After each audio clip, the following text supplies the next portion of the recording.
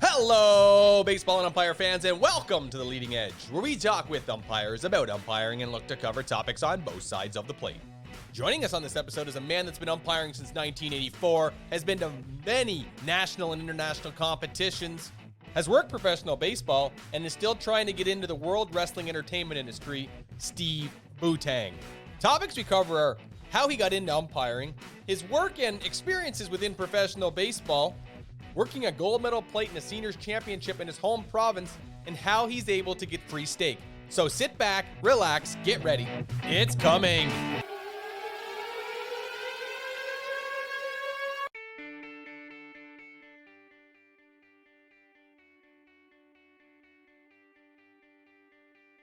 Fun baseball facts. Did you know that on average in a given season, Major League Baseball will go through over 900,000 baseballs, and that it takes about a week to make one baseball? Kind of makes sense these days why there's so many home runs. The ball is always in perfect shape. Not like when Babe Ruth or Roger Maris played, where they'd use the same ball for most of the game until it went out of the park. Or even in your local games where the ball turns flat and you don't even see it, and aerodynamics works against you. If you want to see how baseballs are made, check out the link in our show description and you'll find more information there. But anyways, welcome back to another episode of The Leading Edge, where we talk with umpires about umpiring and look to cover topics on both sides of the plate. Now, before we get to this episode, we're going to do a quick recap of what happened on the last episode of The Leading Edge, where we brought on a man that's been to multiple international championships, is currently slated to go to the Olympic Games, right out of Baseball, Ontario, Trevor Grieve.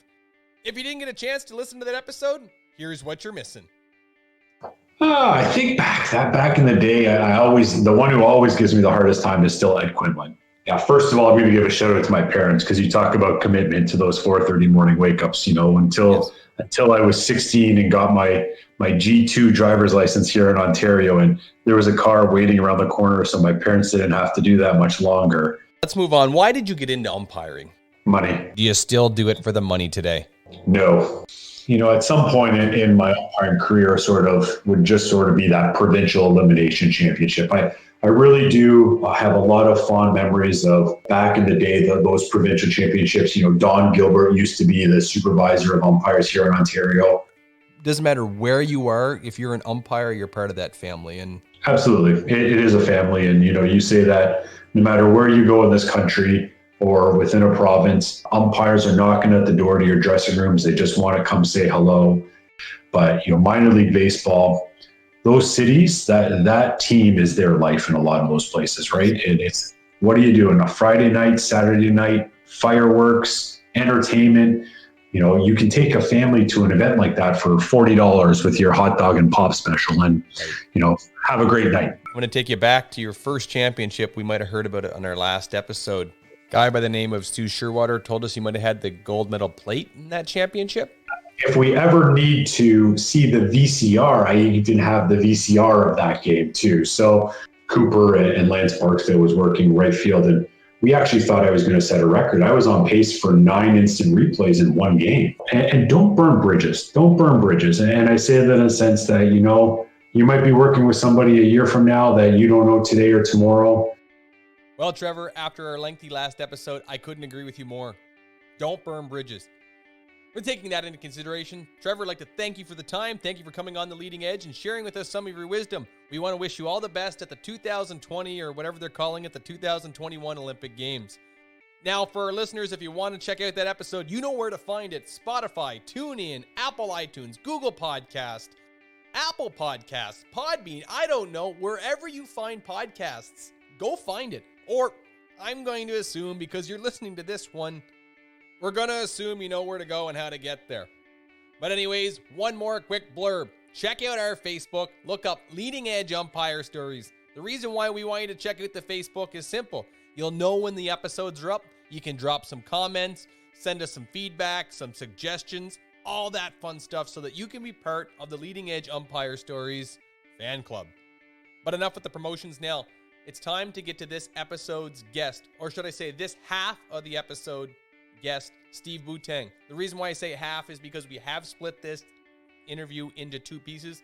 Reason being is that it got a little lengthy over 2.5 hours, and I got some feedback that people want to split it up into about an hour, 20-minute shows. So I'm going to try it, and we're going to go with it, okay? So without further ado, I'm proud to bring on British Columbia Baseball Umpire Association Provincial Supervisor, man that's been around the world and up to multiple international and national championships, and a guy whose dream job is to caddy for Phil Mickelson, Steve Boutang. Steve, welcome to the Leading Edge.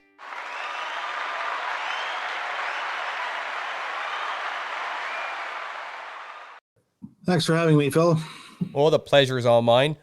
This is season 2, and you are following up with our previous guest, Trevor Greaves. So, you know what? Big shoes to fill, but I'm sure you can fill them. I'm a big guy. We'll get to that in a few minutes. I'm going to beef with you right off the bat. Okay. So you introduced Ron Shuchuk, my good friend from Manitoba, as a scratch golfer.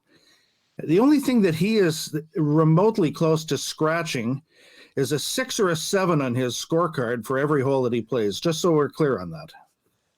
I have golfed with Ron in the past, and he has snapped me for making him pick up his putts. I try to give him the gimme because I don't think he can hit him. He can't bend down to pick the ball up. That's the problem. He does have that little thing on the end of his putter that he can just plop the ball out, right? Little suction cup. Kind of embarrassing. What also is embarrassing is that he made his cart that day too. We were in Swift Current, said there's a lot of hills. Can you imagine now, hills on the prairies? It's a place I haven't played yet. Ronnie and I, when I used to go out and do the Western League, would play quite a bit in Alberta when he was staying out in Medicine Hat. They have a beautiful golf course, actually a couple of them in Medicine Hat. I believe the one that we played the one day was called Desert Bloom out by the airport. They're just a fantastic golf course. Anyway, I think I know Ronnie and Haji struggled with the greens, who were about as fast as bikini wax. And I had a better round than they did, but it was a beautiful layout. I can see where he struggled over there with the greens. Over here in Saskatchewan, we like to keep the greens a little fuzzy, so there's no bikini wax used. But moving on from golf, one of the first things we like to do here in the Leading Edge is give the guest the opportunity to defend themselves as a player. Now, did you play baseball at all throughout the years? Sure did. I played right through till the end of minor baseball, which was basically my high school year, I guess, was when I kind of packed it in. And I was a decent player, I guess you could say. Pitcher and a shortstop and a first baseman primarily. I enjoyed playing a lot. I was, like I said, okay, played summer ball. Had a couple of offers of part scholarship to some junior college programs down in the States, but ultimately didn't take them because I really didn't feel like moving to the States at that age, and I wasn't really that serious about it. I was already kind of serious about umpiring, and so I decided to get on with schooling at BCIT, where I went. That was the end of my playing days. So as a pitcher, what was your out pitch? You know what? I was a thumber. I could throw curveballs that broke in a couple of different ways. I threw a knuckleball once in a while. My fastball was certainly never going to be an out pitch for me. That was I would have to say I'd be a curveball guy. Did you have control of that curveball? How did it break? No, I had pretty good control of my curveball. I'd started up around the batter's shoulders, and it had quite a severe drop at the end. So I'd catch a lot of younger players bailing out of the box as it dropped in across the plate. Control is the key. Now, being from British Columbia, and British Columbia known for having a lot of Major League talent over the years, have you come across any Major League players in their early days? Well, I grew up playing baseball in the same association and played ball with Paul Spoljaric, who ended up in the majors for a number of years. Yeah, played for the Jays. So Paul and I are still friends and talk to him usually when I go out to T12 out in Toronto. He's one of the guest coaches there. So Paul and I kind of reconnect there. And Paul was a great guy. He was a nice guy when we were young. He umpired a little bit as well with my dad and I. And my dad coached summer ball. And so when my dad was ill, actually, Paul was still playing in the big leagues. And he took the time to write my dad a nice letter thanking him for being a coach and helping him along when he was a kid, and signed a nice picture. And that was very special. I was very thankful that Paul did that. A real pro. That does sound pretty classy. And you don't get to the majors based on talent alone. You have to have a personality and be a winner on and off the field. Now I'm going to take a little jab at Paul Swaljeric. Now I got a buddy of mine. His name is Elmer Jerkovitz. I don't know if you know him. I've heard of him. Well, Elmer got the chance to umpire Paul's son Turner at the 2019 Canada Cup in Regina. Turner played for Team Ontario, and I think he was the starting pitcher in the gold medal game. Paul's got a couple of kids that are pretty pitchers. I wouldn't be surprised if they make something out of themselves. Have to agree with the quality of baseball that Baseball Canada is putting out these days. To be given the ball in the championship game means that you probably got a little potential. But in that championship, just to throw it out there, Nova Scotia claimed their first title over Ontario 3-2. Turner ended up giving up 3 runs on 5 innings, but recording 9 strikeouts. Not bad for a championship game. Now let's talk about your adult days playing baseball. Did you ever get the opportunity to play against any other umpires? Well, as it turns out, towards the end of my baseball days, my dad coached the summer ball team, and his brother coached in Kamloops. Okay. So we would play against Kamloops quite a bit during the summer. I remember there was my dad's brother coached with a guy who had a son in the program there named Blaise LeVay. Blaise LeVay, that rings a bell. You know what? Was Blaise a guest here on the Leading Edge in the first season? Yeah, I think he was, and Blaise is a really good umpire now. He was a really good baseball player back then. He was also a jackass when he was a player, and that's being nice. Well, based on his episode, he will admit that. He was very high strung on the baseball field. He was also better than everybody else, but that was beside the point. Him and I had a hell of a rivalry when we were young. He was the best player in Kamloops by quite a bit, and I was one of the better guys, and the association was called Rutland Minor Baseball, which is part of Kelowna. So we used to see each other quite a bit in summer ball. We had a pretty good rivalry there when we were young, and I would say not a friendly one either. So we were both very competitive players, and we're both competitive umpires too, quite honestly. But Blaise, played for a lot longer than I did at a much higher level, and he was a catcher for a long period of time. And I can tell you, as a young umpire trying to start out working higher level of baseball, where maybe I didn't even belong, but I was there anyway. Blaise and I had a few interesting conversations when I was the umpire and he was the catcher. I don't think I ever threw him out, but he got his licks in on us, we'll put it that way. You might not have thrown him out, but I think there was a story shared in the first season by an umpire named Rob Allen. I think Rob had the opportunity and the privilege to eject Blaise, so check that episode out if you haven't already heard it. Rob grew up in Kamloops, so he would have had plenty of opportunities to deal with Blaise. Now, if memory serves me correctly, I think Rob says that Blaise used to stick pitches, and Blaise claims that Blaise has never missed a pitch and Rob's missed a lot, but I'll let those two guys bicker it out offline. Yeah, just ask them. Okay, so you talk about moving from baseball into umpiring. What really got you into umpiring? Pretty easy, actually. It was not something that I set out to do. I was 11 years old. It was 1983. Actually, it was 1983. My brother was 2 years younger than me, so he was playing mosquito baseball.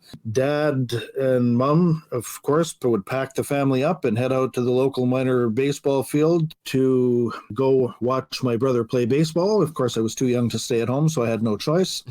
And Dad basically said, they didn't have any paid umpires, so Dad would basically call the game behind the plate. And one day he asked me if I wanted to try, and I didn't really want to. And he said, well, it'd be good for you. You'd learn a lot about the strike zone and learn a little bit about the rules, probably make you a better baseball player. And so I decided to give it a try, and it didn't take me very long to realize that I liked it.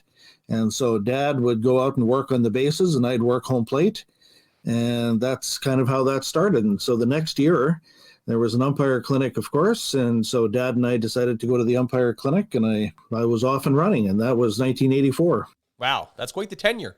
What are some of the leagues that you've been part of over the years? Over the years, I've worked quite a few different ones. Yeah, because British Columbia is known for some of the leagues they put together. Yeah, well, in the old days, I'll say the Premier Baseball League in BC used to be quite something. There was 8 teams, and there were guys like Justin Morneau and Jeff Francis and Adam Lowen and a handful of other guys that I probably have forgot mentioning. A bunch of guys ended up going on to big league careers. Brett Laurie is another guy who more recently has done that, and Tyler O'Neill. So that league has produced a tremendous amount of talent over the years. the league isn't what it used to be. There's probably 16 teams now, so that the talent level is not quite as focused as it used to be. But there's been a lot of really, really good baseball players in the Premier League. So I worked some of that when I was younger. The Senior Men's Baseball League was a AAA league in BC, and highly, highly competitive over the years, and still is. Back in the older days, there was a lot more teams that played. It was interesting. I was 15 years old. I remember the day like it was yesterday, and somebody couldn't make it to umpire that night because they were sick or something to that effect. They were actually calling for my dad, and he said, well, no, I can't. I have to work tonight, but my son is available. And I don't think they understood how young I was. So I remember my mom had to drive me to the ballpark to umpire my first senior men's game, 15 years old, remember. It was under the lights. It was a 9-inning game. We worked 3-umpire system, which I'd never done in my life. I worked third base. Yeah, I was scared shitless. And the two guys that I worked with, one was actually one of my baseball coaches, and I was friends with his son, so that was very comforting. Another one of the old timers from the association that was a pretty good mentor to me, so I was actually very comfortable with who I was working. I remember the starting pitcher for Kelowna was Darryl Paquette, and the starting pitcher for Kamloops was Bob Bull Bridges. And Bull Bridges pitched for the national team in the 70s. And Darryl Paquette, I think, pitched as high as AAA in the Mets organization when he was a little bit younger. And I could name you still, to this day, the 9 players who were on the field for the Kelowna team for that game. I was so excited. I couldn't even believe that I was there. And again, it was under the lights, which was a totally different experience. I actually felt like I'd made the major leagues that day. And so my mom dropped me off, and then mom comes and picks me up. So at the end of the game, the old guy who was the treasurer, his name was Al Knutson, and he came into the umpire's room. He always carried a little brown briefcase with him, and he opens up his little briefcase and takes his checkbook out, and he says, "How old are you?" And I said, well, I'm 15. And he says, boy, he says, "You can come out and do our games anytime that you want." He said, "You're better than some of the old guys we get around here." So I thought that was kind of funny. Well, he wrote me a check for $20 to do the bases. Again, I just, my jaw almost hit the bottom of my feet. I couldn't believe that he was paying me $20 to umpire a game, when up to that point, I think the most I had ever made was maybe $8 to do the plate at minor baseball. I remember the first game actually that I umpired that I got paid for, it was $4 for the plate and $3 for the bases. You got a pop at the end of the game at the concession when you turned your gear in. So things have come a long ways in the meantime. But so that was my first experience umpiring a men's baseball game, and for me the money was great, but I had so much fun, and I couldn't believe I was there. And again, way over my head, but I was given an opportunity, and I took that opportunity and went with it. And that was kind of the start of propelling me into an older and higher level of baseball at an early point in my life. And then as I got a little bit older, once I got into, I was done with school and whatnot, and I was in my early 20s, I had an opportunity to work in Kelowna and in the old Pacific International League, and in Kamloops in the Western Baseball League. So those were kind of two semi-pro and leagues where you had a lot of ex-pro guys, and so the baseball was pretty serious, and it was big boy baseball. And so I was in my early 20s working in those leagues, and then there was an opportunity to umpire in the Canadian Baseball League for the half a season that it was around. And so that was fun while it lasted. In the late 2000s, when the Golden Baseball League expanded to Calgary and Edmonton and Victoria, I worked quite a bit in that league. I had a job that was flexible, so I was a shift worker, so I would quite frequently take 12 days off in a row, go up to Edmonton and Calgary and Victoria and make road trips and umpire in that league. And that league really was great for a couple of different reasons. Number one, I got to work with guys who had been in AAA or in the big leagues. Mm-hmm. And so I got to learn a tremendous amount from those guys. Who were some of those guys? The league umpire in chief was Ron Barnes. Yes. Ron worked 500-600 games in the big leagues as a call-up over a period of 8 or 10 years, and ultimately didn't get a job. But he had all of that experience, and he was never afraid of sharing his opinions on things, but he was also never afraid of sharing his wisdom. Still to this day, there are things that he says and things that he has done that I go and put in the back of my head when I'm struggling calling balls and strikes or don't feel that I'm seeing the ball well. There's certain phrases that he had that he would use that I still say to myself when I'm behind the plate, and it has everything to do with my timing and about bearing down on certain things, about forgetting things that you can't control after they've happened, about moving on, about establishing a strike zone early in the game, about taking it home at the end of the game and not making, a big mistake in the 9th inning, which is what everybody will remember you for when you had, 8.5 innings of excellent ball strike calls, and you call something that bounces in the dirt in the 9th inning. What do you think they're going to remember you for? Right. So he was a tremendous teacher that really worked a lot with me. Ian Lamplugh was a guy who worked in the big leagues as a call-up as well from Victoria. And so I worked a lot of games in Victoria with Ian. Again, tremendous teacher.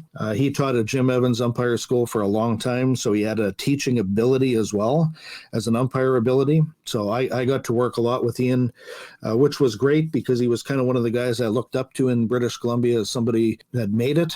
Or at least gone to that point. So that was tremendous. There was a few other guys that worked in the big leagues or that were call-ups, and guys like Billy Hayes and Peter Durfee. Keith Jones was another one I used to work with a lot. All these guys had done AAA and call-up to big league, and they were working up in Canada in the Golden League. So for those 3 years that I worked there, I learned more about game management and more about situation handling than anything I ever could have learned from, umpiring a local minor baseball game. Now, you can confirm this or not, Steve, but what I've heard about Ron Barnes is that he is probably the number one umpire's umpire that you're ever going to meet. Oh, gosh, Ronnie was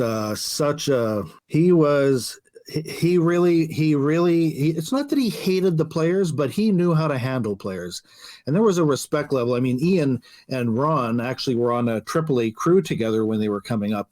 And so Ian would tell me stories about Ron, and then I'd see things that Ron would do on the field and the way he would handle things and the way he would look after his crew. I mean, I remembered my very first game in the Golden League. It was in Calgary at Foothill Stadium, in Edmonton was down. And so Edmonton and Calgary had played 4 games in Edmonton to start the season. And Ron had gone up to Edmonton and worked the first 4 games. And then he came to Calgary and worked the next 4 games. And so the 3 umpires in Calgary were me, Mitch Ball, and Ronnie. I believe the first game of the series, I had the plate. Mitch had first and Ron had third. The game was very close. I want to say it was the last inning in Edmonton. I think Edmonton was behind by a couple of runs. And so Calgary got the first 2 players out. He got the first 2 hitters out.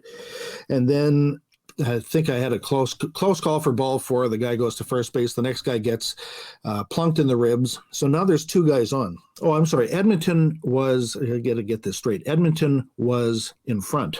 And so Calgary gets the first 2 guys are out. So now we got first and second. And we get to a 2-2 count. And again, Mitch Ball is at first base. It's a right-handed hitter. And the Edmonton reliever throws this wicked curveball that the Calgary guy does a check swing on, and I don't call it a swing. And I point to Mitch at first base, and he doesn't call it a swing. And so there's lots of griping and complaining from the Edmonton dugout. Well, of course, you know what happens next. The next one goes out of the ballpark. Calgary wins the game. Edmonton is furious. And of course, we have to walk past their dugout on the way back to the dressing room, naturally. Wouldn't have it any other way. And so I remember Ron Barnes telling coaching staff there, basically we had the call right, and a few 4-letter words came out at them because he didn't take a lot of guff from anybody. And so we get to the dressing room. So here I am, and here's Mitch. We think we've done the right thing. Ron Barnes goes up one side of us and down the other about how we blew the call, how we had an opportunity to get out of the game, and We decided, we have to finish it off in that situation. But the point was that when we were on the field, he stuck up for us, and he told those guys that they were wrong and that we were right. And we go to the dressing room thinking, oh, this guy, really stuck up for us. Well, he shit on us like you have no idea. And we had a good game. Otherwise, we had no problems of any kind. But anyway, so his concluding words at the end of that interview, or at the end of that conversation, he says, well, that's it. You're just going to have to throw somebody out next game. Okay, I'd like to see where this is going. And Mitch and I kind of look at each other with this puzzled look on our face. And he says, well, you just have to. And so of course I said, for what? I don't care for what. He says, you're going to have to find something to throw one of those Edmonton guys out. He said the whole year is a write-off otherwise. He said, they're not going to believe you. They're not going to have any respect for you. And he said the whole season is done unless you throw somebody out this game. Did you take him up on his advice? And so is this really how this really how you umpire in professional baseball? Well, going home to sleep on that must be a difficult thing too. Well, it was a doubleheader. Let's get to it then. And so I was stunned. And I asked Mitch, I said, are we really going to do this? And he's like, he's the boss. I was smart enough to realize, well, if I have an opportunity, I'd better do it. If there's no opportunity, there's no opportunity. But if there is an opportunity, I'd better do it, or I'm probably not going to work in this league anymore. So, of course, now I'm at third base. Mitch is doing the plate. Ron Barnes is at first base. Shot down the right field line. So he watches for catch, no catch. And now I'm coming in from third base to make the call at second. The guy catches it on one bounce. The Edmonton guy goes for two. The ball comes in from the outfield. It's a close play. It's bang, bang. I bang the guy out. This is early in the game, like second inning. Edmonton manager was Brent Bowers at the time, and he comes running out, and I was like, oh, here we go. He made it easy on me. He gets about 3 words into his discussion with me and throws his hat on the ground. Bingo. Well, I prefer Keno, but that's beyond the point. So I didn't actually have to do anything. Right. It was handed to you. Other than what I normally would do to anybody who does me that. And so out he goes, and then he gets on his knees and he makes, a big song and dance about it. And it turned out that it was okay because he got his 2 cents worth in, and it was obviously a carryover from the game before. And Ron Barnes never moved from first base the entire time because he wanted to see how I was going to handle myself. And about an inning later, we decided to meet behind second base. And he says, I guarantee you won't have any problems with that guy the rest of the year. He said, that was, and then he said, that was really well done the way you handled yourself, blah, blah, blah, blah. But he said, sometimes you have to eject people to gain respect from them, at least in professional baseball. And he said, these guys look at you like you're just a Canadian who doesn't know nothing. He said, but I want them to look at you like you're a professional umpire who knows something. Wow. And that you deserve to be here. It was pretty ironic how it worked out, but I never had any problems with Brent Bauer after that. He had lots of problems with lots of guys in the league, but I wasn't one of them. Anyway, so that was kind of an interesting story about getting into pro ball and umpiring in a professional atmosphere with guys who'd been to the big leagues and guys who had been there and done that and were passing on information to you that was going to help you. Pro baseball is a totally different ball game. There's the players and managers generally give you more respect, certainly on the close calls, because they just assume that you're right. As opposed to minor baseball or men's baseball or beer league or anything of that nature where they assume that you're bad right from the get-go sometimes, and you have to prove to them that you're good. Right. So it's kind of opposite in professional baseball, even in independent baseball, and you umpire differently accordingly. Right. You've already proved yourself enough to get there. You just have to prove that you're good enough to stay there. Where in amateur baseball, you just have to prove that you can do anything. Essentially. With somebody that knows nothing. There's a lot of those. Now, working the Golden League, who are some of the other Canadian umpires that you might have worked with? Well, I worked a lot with Mitch Ball. Mitch and I were kind of the Calgary guys. There was a few other guys that don't umpire anymore. Bryce Payton, Pierre Simard, a couple of guys who aren't in the program any longer. They worked, a number of games as well. In Edmonton, I worked a fair amount.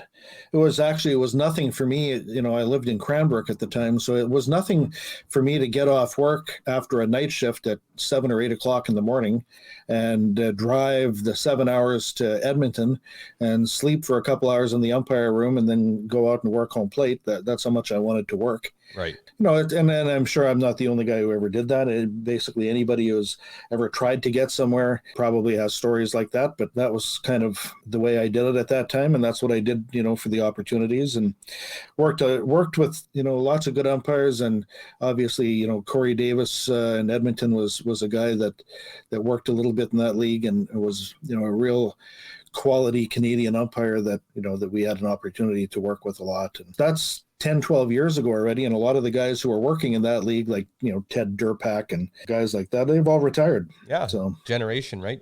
They were kind of generation.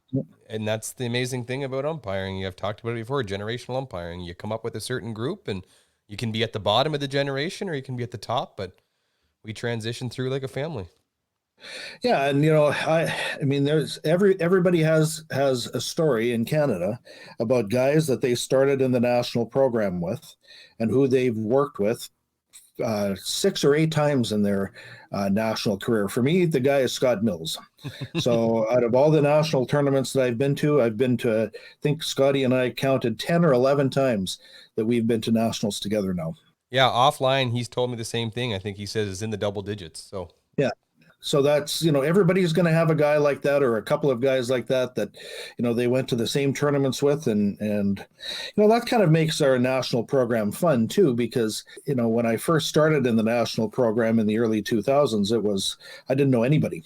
Right. Outside of the province. And now, of course, I know most people. When I first started, it was the older guys who came to the tournaments were there for social time, a lot of them, and to hang out with their old friends. And baseball just kind of got in the way. And that was kind of how it was, back in those days. It's certainly a little bit more serious now.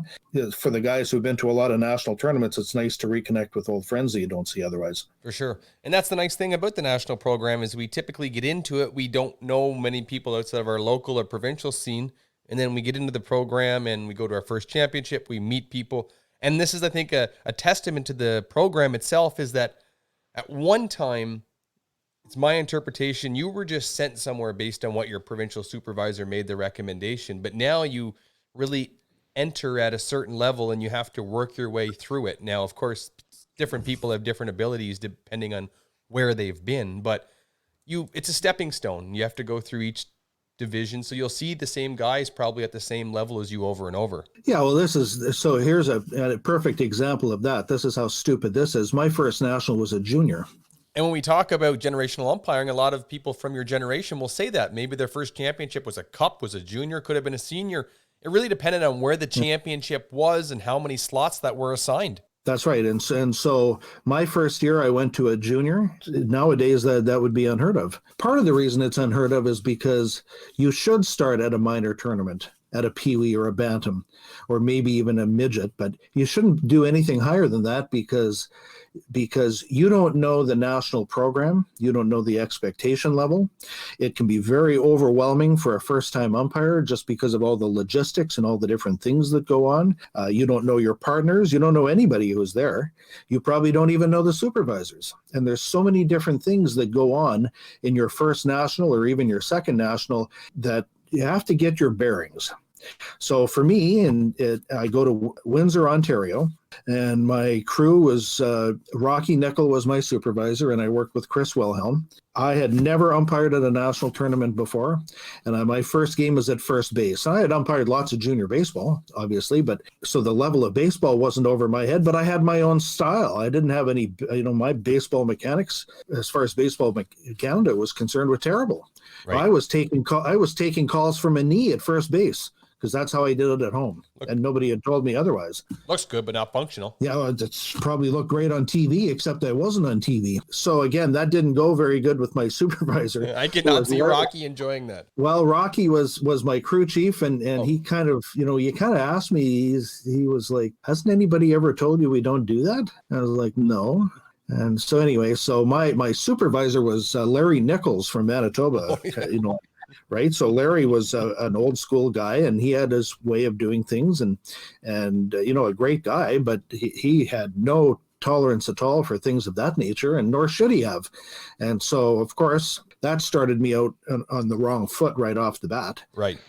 At that time, that was also the year we had the blackout back east. Oh, yes. So that was not a great tournament for a whole lot of different reasons. So that was an eye-opener for me about that. And I was actually not real happy with my provincial supervisor when I got home that he had sent me to that level, because there was really no ability for me to succeed there. So I know in our province, I will not send any umpire who's first national to anything higher than a bantam, because I want them to have an opportunity to be successful. So I don't care if they're a senior men's umpire at home. The most you're going to see at your first national is a bantam, because I want you to succeed and not set you up for failure. That's a fair point, but I think the most fair point that you've made is that it's a different experience. It's not like just going down to the ballpark on a Tuesday. You might be flying into a foreign airport. You might have never gotten a plane before. There's so much that a first championship involves that going somewhere to succeed is not a bad thing. And I really like that mentality. It's something I might not have agreed with when I was 18, 19 years old. But now that I look at it, I say it's okay to be the best at that level. And that prepares you to get to the next level. I've had a couple of guys who were probably not happy when I made the announcements to say you're going to the Bantams this year. They probably weren't real excited about that, but then they got the gold medal plate and felt really good about themselves and got good feedback and got a recommendation to go to Canada Cup or Junior. And so they came back and they had a different tune than when they left. And that's okay. I don't mind being right. And I don't mind if they tell me that I'm right. But the reality is that it's better for umpires to be in a situation that they have an opportunity to succeed. It's up to them to succeed, but I'm happy to provide opportunities to my guys who, in an area that I think that they can succeed at. The rest is up to them. And I'll also put it out there, anybody that thinks they're going to a PUE or a 13U or a Bantam or a 15U championship and it's going to be a walk in the park, somebody who does senior all day and has easy plays that are made, or the hard hit ball is going to fall, and you realize that you're on a smaller diamond with less skilled players, but appropriately skilled players for their age group, it's a completely different game. I remember watching a guy from Manitoba named Harry Schellenberg. Harry was about 6'6". He was on the Pee Wee diamond. He looked hilarious. Oh, yes. And he was completely lost as far as where he was supposed to be, and he was in the way all the time. Harry was such a good guy from Manitoba. Yeah, he struggled with being on a Pee Wee field, especially at his size. A step and a half, and you've already rotated from first to home. Exactly. You talked about your first national championships. How many have you been to over the years? Well, I didn't know until you told me to count. And so the answer is 17. Needs more than two hands. That's pretty impressive. Yeah. So I haven't, I think I've umpired at 7. I have been a supervisor at 6 or 7, and I've been to T12 3 times. So if you include T12, it's 17, and if you don't, it's 14. Hey, when it comes to T12, I think we can include it in the national championship category, but I also want to say it's another feather in a cap, and it belongs in a special category on top of it. It's quite the resume you have as well. Yeah, I don't know if it's quite a resume or not. I've certainly had opportunities as an umpire. I've done lots of different things and different nationals, and been all across the country, and I've been very grateful for those opportunities. And certainly as a supervisor, I've enjoyed giving back in that field as well. And so I've had a good career in Baseball Canada, and I intend to be around doing those things for a while yet. Now, Steve, I like what you said about giving back, and I think that's what I like most about the Baseball Canada program. We're almost like a family in that we do give back. There is a priority about giving back, and we look after each other, because if we don't look after each other, there's no one else that's really going to step up and do it. I learned about family the first year when I went to Windsor. That was a single-site tournament, so worked, like I said, in the junior tournament, but there was also the Canada Cup and the Pee Wee and the women's tournament. They're all the same week. Okay. And so I got to meet an awful lot of different people people from all across the country. I got to meet players as well, and coaches, and different people from different provinces who were there as the chef. So from that standpoint, it was a great experience. There was, like I said, some things off the field that happened that were kind of hard, like the blackout, things of that nature. But no air conditioning. And the no air conditioning, but I will say that the camaraderie was instantaneous. So it didn't matter if you were umpiring in the junior tournament or the women's tournament or the Pee-wees or the Canada Cup. All the umpires all socialized with each other at night. Beautiful. And the hospitality that I was shown, particularly from the guys in Manitoba, really stood out to me. So Manitoba that year rented the Hutterite van from Shuchuk's school, and they drove with this little U-Haul trailer where everybody's equipment and everything went. So they had 7 guys and plus Larry Nichols in the van, and they were driving to Windsor, and that's how they could afford to send 7 guys to nationals. So they went for the first week, and they all piled into the van, and so they all hung out together because there was no, they knew each other obviously very well, but there was no place to go. Nobody had a car, and there was not much in the way of transportation there because of the situation we were in, and I didn't really know anybody. So I hung out with the guys from Manitoba a lot. Really got to learn a lot about Haji and Shuchuk that week because it was that's just what we did. We all hung out together, and so I learned a lot about hospitality of your partners and camaraderie amongst the umpire group that first tournament. You think you learned a lot about Haji and Ronnie that weekend? Just so you're aware, from Winnipeg to Windsor, it's 17 hours and 23 minutes driving straight, 1,846 kilometers one way. I'm sure the other guys in the van learned a lot about those guys. Yeah, I want to say they drove through the States.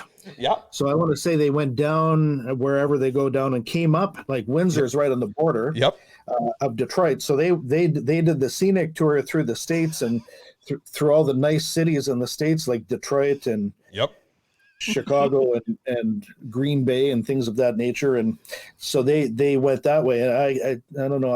I hope that they all survived their trip without killing each other. I know there was one umpire that didn't have a very good tournament that week, and Larry wasn't talking to him at the end of it. So I know the trip back was not as much fun as it was getting there.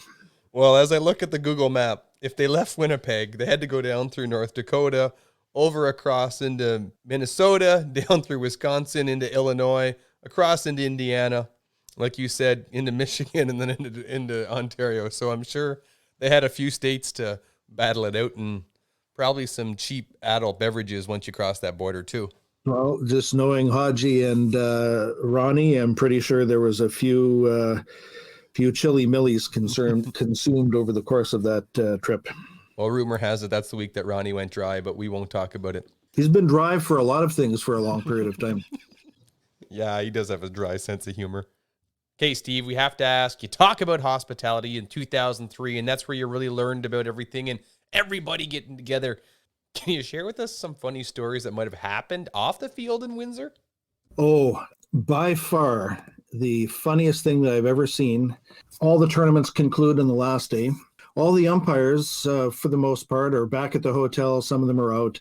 We're sitting in Caledonia College, and we're sitting in the Commons room.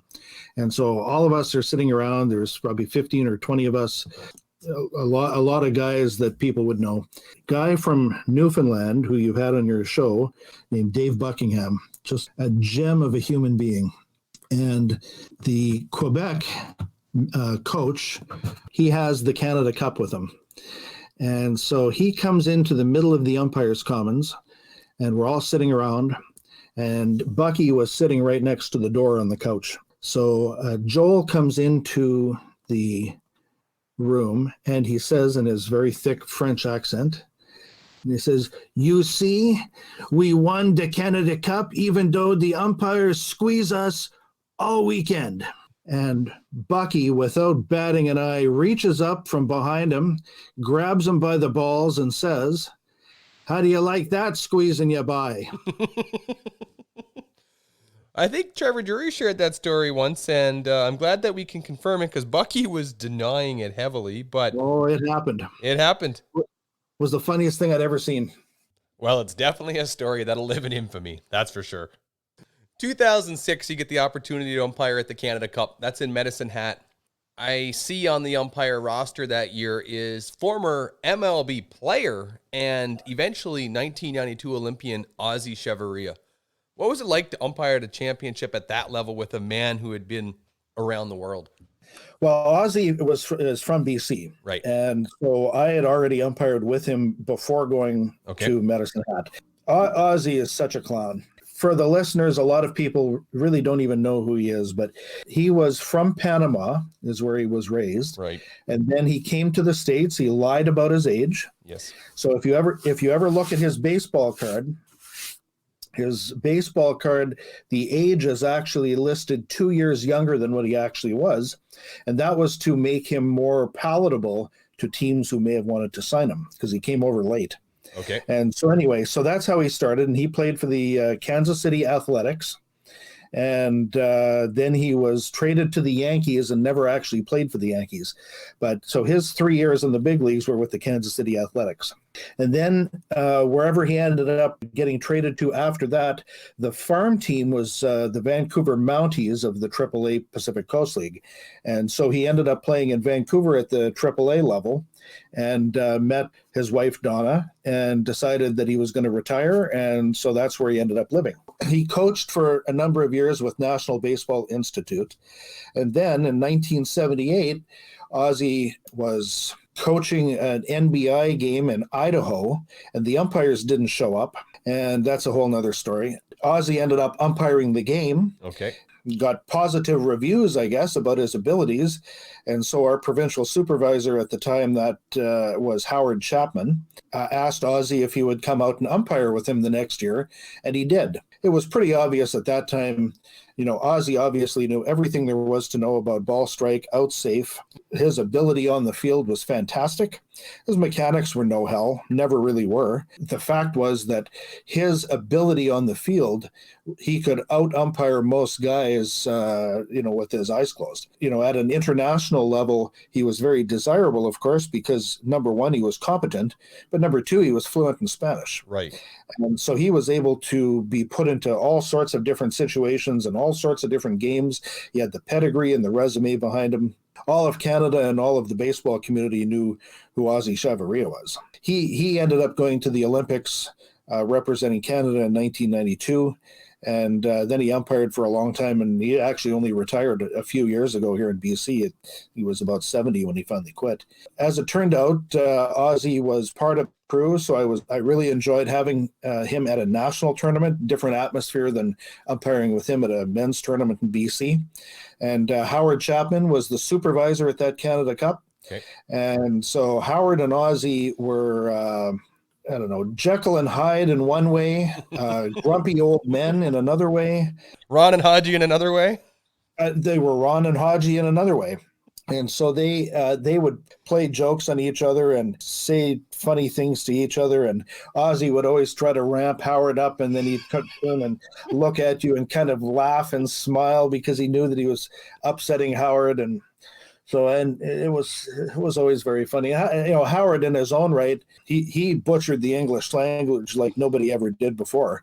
So Howard would say things that Ossie would just, rake him over the coals for saying something that didn't make any sense. Or I remember we were sitting in the dressing room in Medicine Hat. Somebody decided to ask Howard about Ossie just to see what he would say about him. And so Howard talks about Ossie and how they've been to so many tournaments together. And somebody said, well, do you room with Ossie? And Howard said, yes, I've slept with Ossie many times. And so, of course, Ossie lost his marbles on him because even Ossie knew that didn't make sense. So, yeah, those two guys were like grumpy old men. They were so funny. Two legends in baseball Canada. That's what's so great about this program is that we all have these different personalities, but the beautiful thing is that baseball brings us together. Yeah. Now, baseball has also afforded you the ability to go from one coast to the other. 2009, you're in Dartmouth, Nova Scotia. Well, we had Hurricane Bill that year. I remember that. Ronnie and I were at that tournament together that year, so that was interesting. Haji was my supervisor with Corey Davis and Andrew Higgins. So from that standpoint, I would say the supervisory crew was probably the best I've ever worked for. As a group of three guys working together, we were all on the same page and really had tremendous baseball careers, and were able to pass along a lot of really useful information to us, tidbits and tips, and so that was a lot of fun. The hurricane, not so much. That I think the hurricane set in on Sunday morning. We managed everything got canceled, and I think we played the gold medal game on Monday night. On a very wet field. We had a fog out game one night. Remember, Manitoba was playing Quebec, and in Dartmouth, there's two fields. So they have in the city, there's a field, and then kind of on the outskirts in Hammond Bay, there's a field up on the hill, and fog rolls in there at about, 9-10 o'clock at night. And so we got a little bit of a late start that day, and so of course we were expecting fog. And so by the third inning, it was like pea soup. But that was the last day of round robin, and we knew that the playoffs had to start the next day, and we knew that the hurricane was coming. We were trying to get that game in. We managed to get until, I think it was the sixth inning. It was a tie game, so it's not like it was a blowout. So, of course, the fog comes into it. Now, I remember Haji and I talking between innings. Do you think we can go another half inning? Do you think we can go another half inning? And so we decided to keep going. And, of course, there's this fly ball to center field. Should be an easy third out of the inning, naturally, that the Manitoba guy doesn't even see. Bounces over his head. The Quebec guys are running around the bases, and, of course, they take the lead. Now we have a big argument. It turned into a zoo. So, of course, we have to put the game under suspension. We come back the next morning. Quebec proceeds to fill up the scoreboard, and so now Manitoba was really upset. But that was Dartmouth. Great place to have a tournament. Great city to visit. Gosh, I love the people in the Maritimes. If there was a place that I'd have to live anywhere in Canada that was not British Columbia, I can tell Ron Shuchuk it would not be Minnesota, Manitoba, but it would be Halifax, Nova Scotia. Typically reserve this for a little bit later, but well, you can go down to Dartmouth and live beside the Trailer Park Boys. I love it out there. Bubbles, Ricky, and Julian, but I'll be honest, a little bit biased, New Brunswick, but anywhere by the water is close to my heart. Just love the setting. But if Ron offered you the opportunity at Mendoza, lottery golf calendar sweepstakes, would you take him up on the opportunity? I've bought several over my life, actually. And I've never won a thing. It's because you don't have the right postal code. I think it's rigged. I suspect it is. I think it's just a way for him to get money out of me at the golf course. Now we know there could be some competition on the scorecard, and, well, he found a way to get around it. Sure did. Okay, let's talk about some more national championships. 2012, you get the opportunity to work another men's championship in your home province.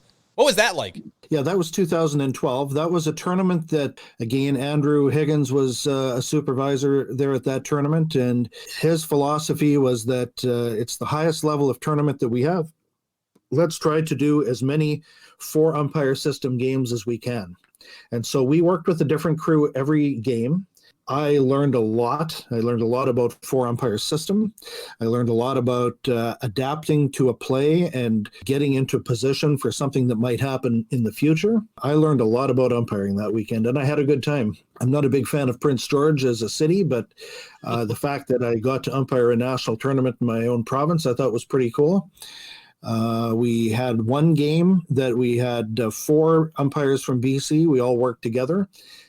So that was kind of a neat experience. Yeah. And somebody thought that I was deserving of the gold medal plate, so that was a nice way to wrap up the tournament. Now, what was unique about you umpiring the gold medal championship game? Unique about me, I would say, is that, again, it was my home province. You get an opportunity to umpire home plate in your home province. That's a pretty special feeling. At least it was for me. And I know you know the feeling too. Yes. It's not something that you get an opportunity to do maybe ever in your national career. So if you get an opportunity to umpire a gold medal plate and it happens to be in your home province, that's a pretty special feeling. It is, and that's one of the things that we might have in common, but I got to ask you, how did you look that night? Oh yes, yes. I brought out the black plate coat for that game. Nothing but the best when you umpire a championship game in your home province. Is that what you're saying? You got to look the part. You got to look the part. You got to fool a few people into thinking you know what you're doing. Yeah. You talk about walking on the field at a professional baseball level, like, yeah, you deserve to be there. But if you walk on the field wearing that at a national championship level, people look at you and they go, they know what they're doing. Now, talking about home provinces, I'm in Saskatchewan right now. 2015, you get the opportunity to come and supervise at the Canada Cup. Who was your roommate at that championship? Yeah, I enjoyed Saskatoon a lot. It was the first time I'd been there. That was a unique event. Again, a lot of rain. Yeah, I supervised that tournament with Andrew Downs from Nova Scotia and a real character from Ontario named Chubba Vay. Chubba. And for those of you who have never met Chubba Vay, I will tell you that you should never believe anything that he says. Why is that? Anything that comes out of his mouth could be fact or fiction. He can tell you with a straight face too. So yeah. That's the thing. I had never met Chubba, and I had been forewarned about his sense of humor before. First of all, Chubba was a tremendous umpire when he was younger. He went to pro school, and he knows the rule book inside and out. Yes. And is a very good umpire, and had been in the program for quite a long time. Yes. And so then Chubba used to like to have a good time. And so he had a bit of a reputation, we'll say, of a guy who used to have a good time in excess. So there's all sorts of stories about different things that he's done. So I was already prepared, but he does like food, and that kind of is like me. So we ate at a lot of good restaurants and steakhouses and pizza joints and treated ourselves to a lot of good food that week. But I had been forewarned ahead of time that he was a real character. So and again, I'd never met him, so I had no idea what he looks like. And so I figured that I was going to set him up for something in my room before he got there. So I expected I was the first one there. When I get to the desk to check in, I said to the gal at the front, I said, "Is my roommate checked in yet?" And she said, "No, you're the first to arrive." Perfect. Excellent. So she gives me the key. You're up in room whatever, 702 or whatever the number is. And so I go up and I get to room 702 and put the card in, open up the door. And on the floor is this big case of water and this old jean jacket. And I thought, I look at the door number and I don't hear nothing inside. And I look at the door number. I'm like, oh, that can't be right. She said it was the right number. And so I kind of tentatively walk in and I kind of, poke my head around the corner. And there's this man who is naked except for his tighty whities. And he's not under the covers. And he's not in good shape either. And he's reading this newspaper and he just kind of pokes his head down from the newspaper and he says, "Well, hello there." And I don't know what to say at this point. And I said, "I hope you're Chubba." And he says, "No, but I've been expecting you. Come on in." So I turn around to leave and he pisses his pants laughing. "No, come in. I've been looking forward to meeting you." And I'm like, "Oh, God." I said, "They told me down at the desk that I was the first one there." He said, "Well, how do you think that happened?" So he had it set up ahead of time before I even had a chance to get in there. But what a character! I mean, I can tell you 100 different stories about Chubba and some of the things that he's done. But that ranked right up there. I can tell you that. That's a funny story because I had the opportunity to meet Chubba just a couple weeks later at my first national in Repentigny, Quebec. It was the 13U. Chubba was brought in as a last-minute fill-in supervisor as they had a guy go down. We make it through the tournament. Like, I'm an umpire. He's a supervisor. You know how the relationship goes. You don't really mingle with them. That's not my style, at least. We finish Sunday, and then Monday comes. It's the rain day, but I'm from the West Coast, so I have my flight leaves Tuesday, and it's me and Mark Wright. Chubba, like you say, he enjoys food. Chubba says, "You know what, boys? Let's hit downtown Montreal. I know where there's a real good steakhouse." Well, my whole week's per diem, I think, was spent on one meal. We went to a restaurant. I don't even think they put the prices on their menus. Me and Mark looked at each other. We didn't even know how to tip a place like that. We're like, our whole per diem is probably the tip itself. I'll tell you that Chubba is so generous. When I go to Toronto to T12 or some other event, if I happen to be in Toronto for whatever reason, Baseball Canada meetings or anything like that, I always call Chubba. Not because I know he's going to buy me dinner, but because he's a good time. Yes. And so because he's a food connoisseur, he says, what do you feel like eating tonight? And sometimes we go have Greek and sometimes we go have steak. But if we're going to go have steak, we go to this great restaurant called Harbor View 60 or Harbor 60. It's right across from the Air Canada Centre. And I've never paid for a meal there. So anytime that I've gone with Chubba. And the steaks are fantastic. Because I don't see the bill, I don't know what my portion is, but it's over $100 for sure every time. And I've never paid once. Chubba is the kind of guy that he would prefer to go to a nice place, yes, even if he knows you can't afford it, because he'll pick up the tab just because he wants to eat there. And so the first time that we go there, I have no idea what to expect. And this is a really, really nice place. So he wanders in there with his jean jacket and his jeans. And, whatever, I'm dressed, with khaki pants and a golf shirt kind of thing. And I'm, I can tell the moment that I walk in that he's underdressed. Oh, yeah. The doorman says, "Oh, hello, sir. Nice to see you again."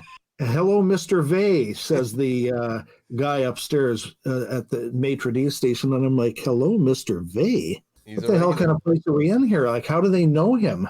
He socializes and says hello to everybody, and we go and sit down like he's some kind of rock star.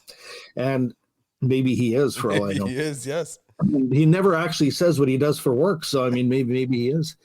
He takes care of business. I know that. So anyway, so we go and sit down, and he says, "Well, what do you feel like eating?" And I'm looking at the menu thinking that I don't have $60 for a steak. And so anyway, he said, "No, just order what you want." He says, "I recommend the bone-in ribeye." And I'm like, "Well, how big is it?" "Well, come over here and I'll show you." So we walk right into the kitchen, and he points to the meat locker, and he says, "Well, this is this and this is this." He says hello to the chefs, and then at the end of the day, he pays the bill, and we leave. And I'm like, "Let me guess, that's not your first time there." He said, "Oh, no, I go there about once a week." And I'm like, "Once a week?" He said, "Yeah, I used to go more frequently." He said, "We used to go there before we went to concerts in my drinking days." And he said, "I used to spend quite a bit of money there." He said, "I've cut it back to once a week now." And I'm like, "Oh my gosh." So that's my experience with steaks and good restaurants and dining with Chubba Bay. Well, from my knowledge of Chubba, you mentioned that you think he's a rock star. I honestly think that he has been involved in the music scene in Toronto for a lot of years. He did tell me before that he was involved in some drumming at one time and involved in the local music scene. Now that's stardom. That follows a man. He actually has a YouTube video posted somewhere of him drumming at home. It's actually, he actually looks like he knows what he's doing. It's quite well, and I know where that video is, so take a look in the show description. I will put it there for you to enjoy. Well, that concludes this episode of The Leading Edge, where we talk with umpires about umpiring and look to cover topics on both sides of the plate. Join us on the next episode, where we finish up this interview with Steve Boutang. Topics covered will be his experiences at Tournament 12, working in an international competition using someone else's umpire equipment, and everybody's favorite 10 questions. So before you go, we would like to leave you with this. Baseball is a game that's made up of inches. And as umpires, our job is to make sure that we maximize the 6 inches between our ears for every game. Take care, everybody, and stay safe.